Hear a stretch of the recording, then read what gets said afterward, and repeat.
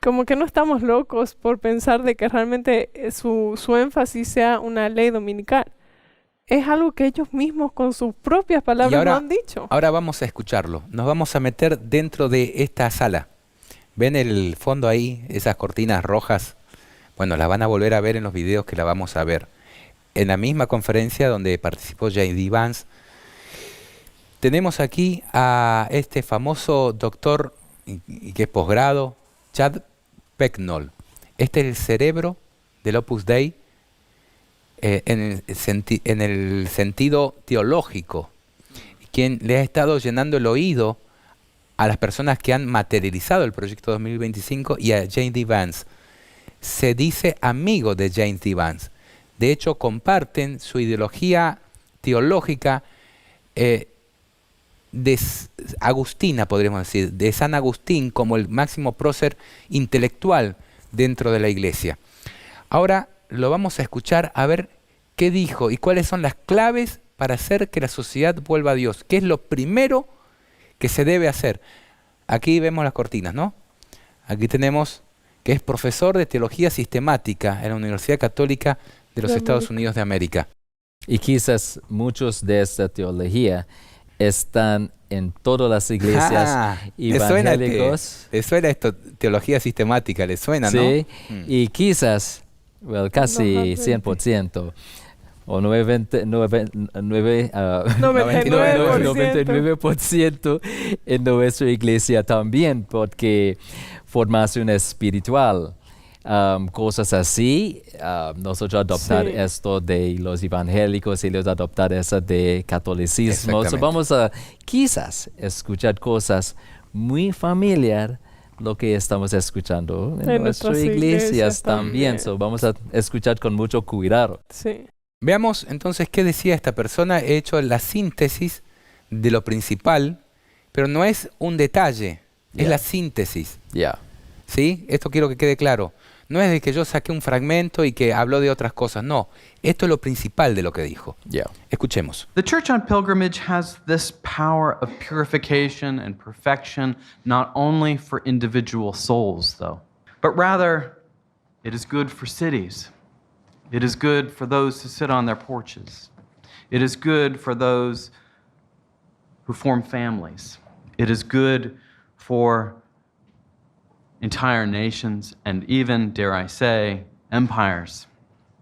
We know that when we offer ourselves to Him at the altar, He pours out these graces upon us so that we may be united.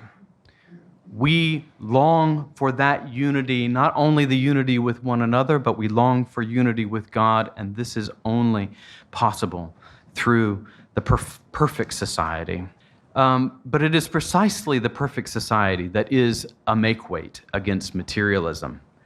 For the sake of argument, let's say that it's going to take a while for this nation to be united to the perfect society. What other bulwarks do we have against materialism? What other helps do we have to move people towards grace, towards a civic happiness? The first, I would say, is a public ordination to God.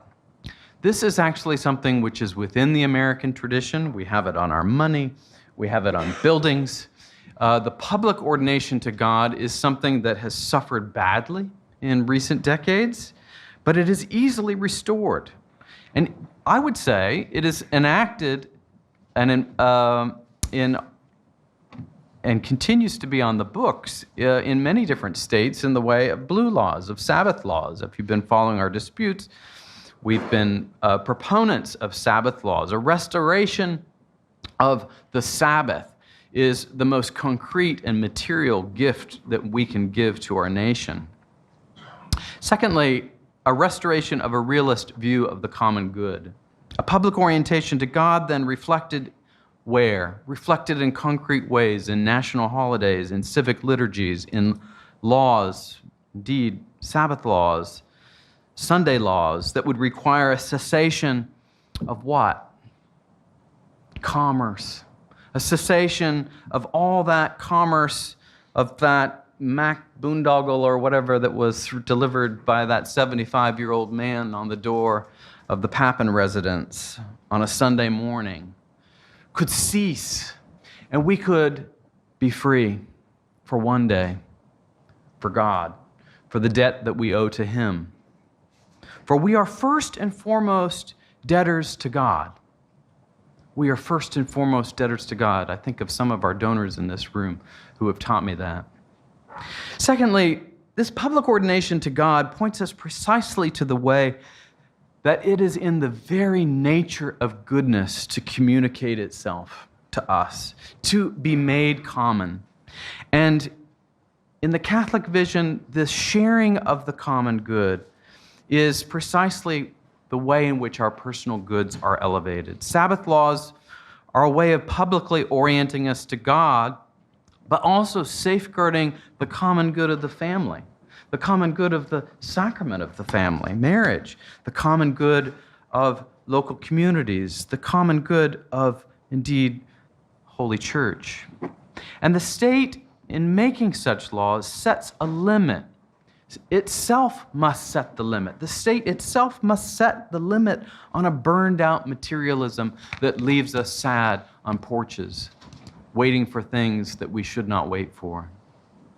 The principle of the common good as something which gives order and the tranquility of peace to parts, something in which every citizen could participate, and whose participation in the familial and the civic common good would make them better and more virtuous.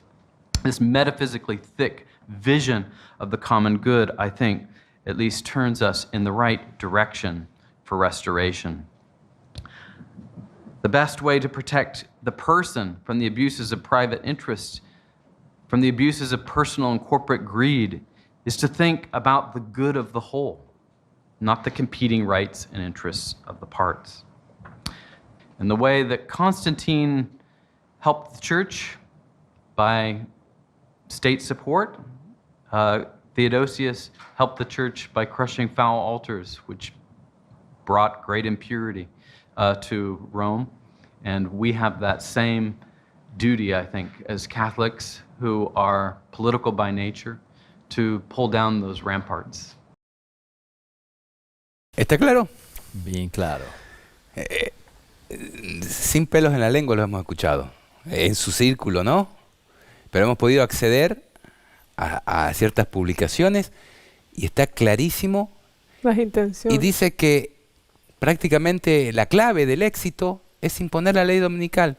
Y ojo, un segundo punto, el bien común. En nombre del bien común, todos deberán acatar. No me vengas con que te respete tus derechos. En pos del bien común, vos tenés que hacer someterte para que todo esté en orden. No me vengas a complicar la vida queriendo un sábado distinto. Ahora, por eso yo dije, ese mensaje, que es un mensaje bien comprimido, están en las iglesias ahora. Por eso en las iglesias no escuchamos profecía nomás. Los evangélicos están reclamando porque hay muchos sinceros, personas bien sinceros en las otras iglesias. No están escuchando cosas de profecía, tiempos del fin. Son mensajes cómo vivir en paz, cómo podemos cuidar el bienestar de otras personas. Son buenos mensajes, pero tenemos un mensaje para preparar el mundo para salir de Babilonia y venir. En nuestra iglesia ellos no están enseñando esto mucho ahora, porque este mensaje está infiltrando todas las iglesias. Vamos a predicar paz, vivir en junto, tener una sociedad ideal.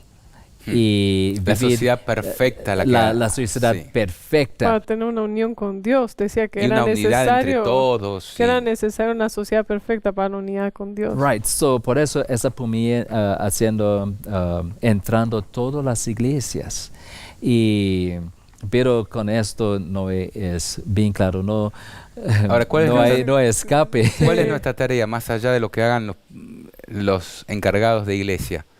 Sino viendo como atalaya el peligro que se avecina, levantar la voz y dar un sonido certero a la trompeta, ¿no? Yo pienso es bien fuerte el mensaje. Él es, ¿qué más? ¿Qué más va a poner? Estamos escuchando ley dominical. ¿Qué más necesitamos? Es como el sapo que está en el agua Y ya está hirviendo y el agua. está cocinando el agua, calentando el agua y el sapo, quiero allá. Ay, esa Sí. burbujita que sube, dice. Mira. Y luego se muere. Ay, no. Entonces no debemos hacer así. Vamos a ver un pequeño extracto de otra persona, un tal R.R. Reno. Lo vamos a ver luego en un pequeño fragmento que da una opinión sobre los adventistas. Pero encontré los materiales, algunos de origen y quiénes son las personas, porque a mí siempre me gusta chequear las informaciones, ¿no? Debemos chequear. ¿Cuál es el resumen de lo que esta persona habló en esa misma conferencia? Escuchemos. In view of the continuing vitality of our religious institutions, our goal should be to empower them politically and culturally.